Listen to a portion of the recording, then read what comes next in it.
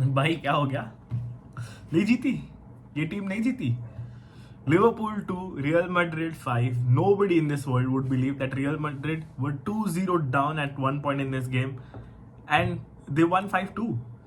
And to a certain extent, a certain Joe Gomez ने gift कर दिया है उन्हें.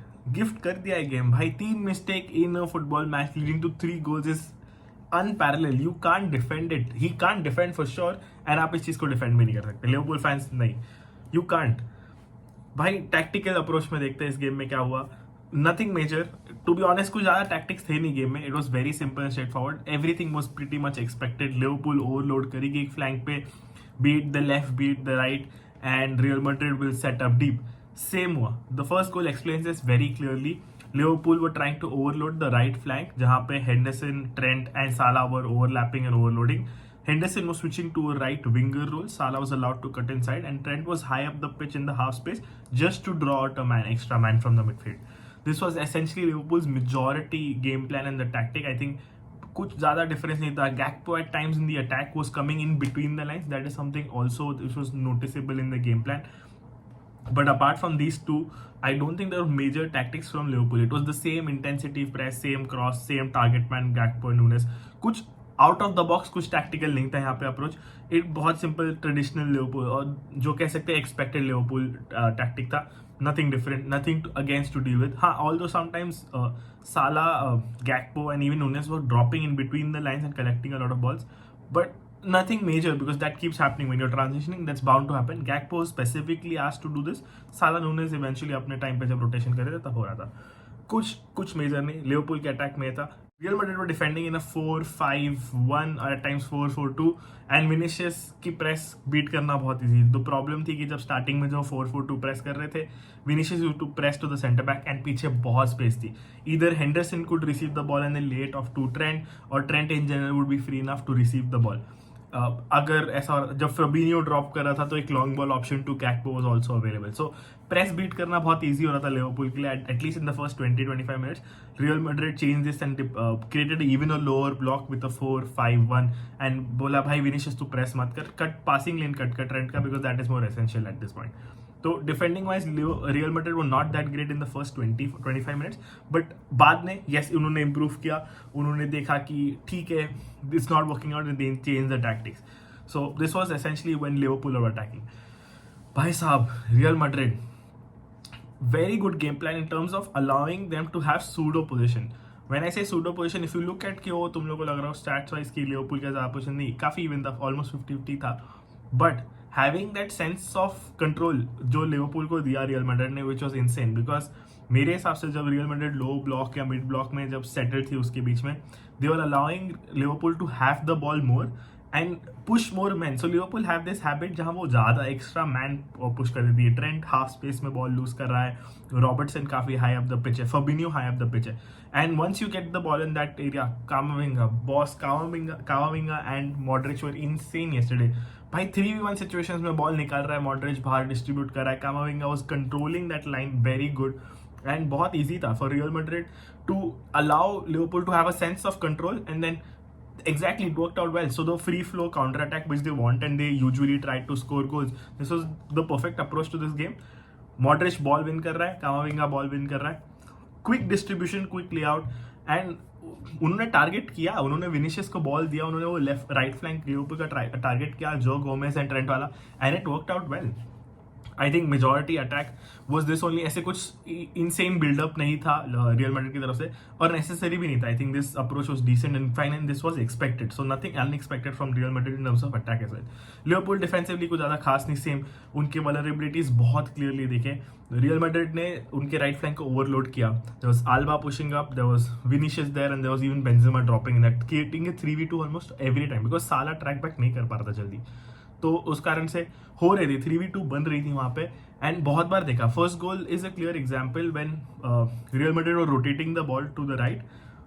पूरी मिडफील्ड शिफ्ट हो गई लेफ्ट साइड पर लिवरपूल की, पूरी अटैक लेफ्ट साइड पे शिफ्ट हो गई. 4-4-2 डिफेंस कर रहे थे बट साला ने ट्रैक बैक नहीं किया. ट्रेंड भी शिफ्ट हो गया, उधर 3v2 बन चुका था. आल्बा और विनिशियस फ्री थे.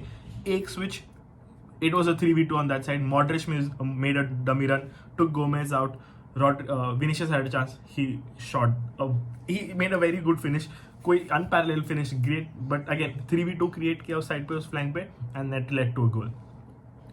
इस गेम की गलतियों की बात तो मैं दिन भर कर सकता हूँ in terms of how many mistakes led to a goal. I think Courtois की मिस्टेक, देन एलिसन की mistake, which was essentially Joe Gomez's mistake, but again Alisson should have done better. Then again the great Liverpool defensive mistake. भाई जो third set piece, again Joe Gomez gives away a free kick just outside the box, which he said is not a free kick, fair enough जो भी था, but कोई Militão को mark ही नहीं कर रहा है. If you look at this picture, कोई मिलिटाओ को मार्क करने अटेम्प्ट भी नहीं कर रहा था eight this point. And free header, free training ground header कोई भी स्कोर कर लेता भाई ये. So again, very easy that goal. The fifth goal when Joe Gomez got a deflection, again, not a mistake essentially, but again something with Joe Gomez was involved in. Essentially three goals for Real Madrid came through Joe Gomez, indirectly or directly. And हाँ, कुछ ज़्यादा कहने के लिए नहीं था. Liverpool खत्म हो गई यार. वो people were hoping they were improving defense, but दिखा दे रहे. Real Madrid showed that despite they were all low XG shots, they were high quality shots on target. So their XG was 1.4, but the XG on target was good, which was about 2. तो काफ़ी high quality shots थे, in general chances low quality होने के बावजूद. And या अब खत्म है, कुछ सेकेंड लेग बचा ही नहीं है भाई. सेकेंड लेग तो बचा ही नहीं है, कुछ खेलने लायक बचा ही नहीं है मेरे हिसाब से. It is dead. I don't think anything is happening. Liverpool is dead. And one more shot out जो उनका बच्चा है, आई थिंक बैजेटिक टिच और बाइजेटिक, हाउएवर यू प्रोनाउंस इट. भाई साहब, he is not UCL ready. And one thing why I think he's not UCL ready, because his sense of jumping into tackles, his sense of pressing the lines, triggering the press is not there yet. वो बहुत हड़बड़ी में था पूरे match में. was pressing so quickly, so early. 2-3 बार था Modric और Benzema के पास बॉल थे. He jumped in, he triggered the press. Modric ने फेंक दिया and he's through. So Bajcetic is going ahead. Modric faked it and he's through. His acres of space to run into, and he was not coordinated with Fabinho and Henderson. He was too early. He's still naive. I think बहुत काम करना पड़ेगा in terms of his development, which is true. He's still playing at very good levels in terms of getting into the Liverpool team. I know it could be because of injuries. It is because of injuries, but he's still very good for his age. But UCL ready तो पक्का नहीं है ये player अभी. Apart from that, Nunes is a good shout out to him because उसने अच्छा काम किया. Defensively, he was tracking back, he was making those runs, काफी तंग किया, and good finish as well. So apart from that, I didn't think in the Liverpool lineup कोई भी इतना अच्छा खेला. Even Salah had one mistake shot and that was a goal, one good assist. But most of it was oblivious. ज़्यादा control था, 9 ही shot लिए Liverpool ने. काफी open ended game and Real Madrid को कुछ नहीं करना है भाई. Real Madrid जाके सिर्फ defend करेगी. रियल मैड्रिड जाके सिर्फ डिफेंड करेगी सेकेंड हाफ में. एक प्रॉब्लम जो रियल मैड्रिड केस में था, जब वो बॉल पोजीशन में थे, जब at the start of the game, like in the mid of the game, तब वो बहुत स्लो बॉल रोटेट कर रहे थे from their backline, which was allowing Liverpool to press easily. So Salah could go press the centre back. They would make the ball purposely shift to the right hand side of Real Madrid's defence so that Nunez can quickly press and rather to switching to the left. Eventually जब Real Madrid ने tempo बढ़ाया game का, जब Rudiger was playing those long balls, making those passes to Alba, switching the play quicker to probably Vinicius, then it was working better for them. I think if they hold the tempo right, I think it's a good easy win. Second leg कुछ है ही नहीं, second leg guys है ही नहीं, chance ही नहीं मेरे हिसाब से. तो Real Madrid can defend, they'll have those players back. I think injury से आ जाने चाहिए players back, and it is easy win for Real Madrid to go through. अब देखते हैं who they get in the round of 8. I think round of 16 is very easy at this point for Liverpool. For Real Madrid, Liverpool is finished guys. कुछ बचा नहीं है. और जो Gomez की तो मैं तारीफ करके थक चुका हूँ इस वीडियो में, तो बाकी आप लोग डिसाइड कर लीजिए. बाय.